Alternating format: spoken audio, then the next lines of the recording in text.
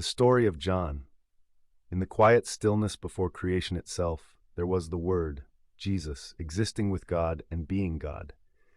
John's story begins not on earth but in eternity, where light was already shining long before human eyes first opened.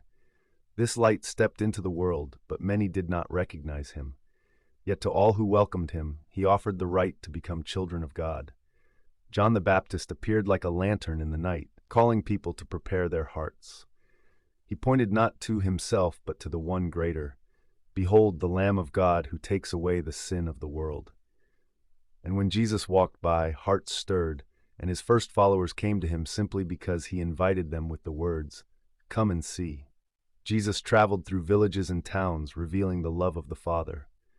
At a wedding in Cana, he turned water into wine, showing that his presence could transform the ordinary into the miraculous. In Jerusalem, he spoke with Nicodemus under the hush of night, explaining that one must be born again, not by flesh but by the Spirit. One day in Samaria, by a lonely well, Jesus sat with a woman who felt forgotten. By offering her living water, he restored her hope, and she ran to tell her entire town about the Messiah she had found. Wherever Jesus walked, life blossomed. The blind opened their eyes to see, the lame stood and walked, the hungry were fed.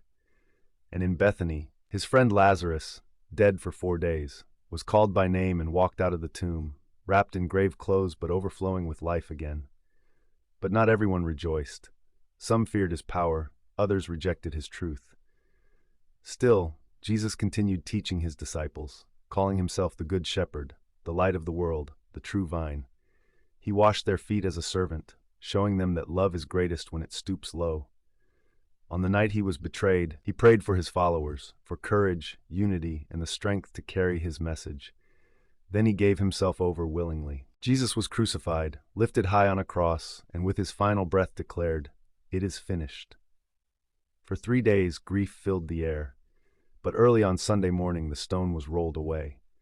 Mary Magdalene became the first witness of his resurrection when he gently spoke her name. Jesus appeared to his disciples, breathing peace into their fear.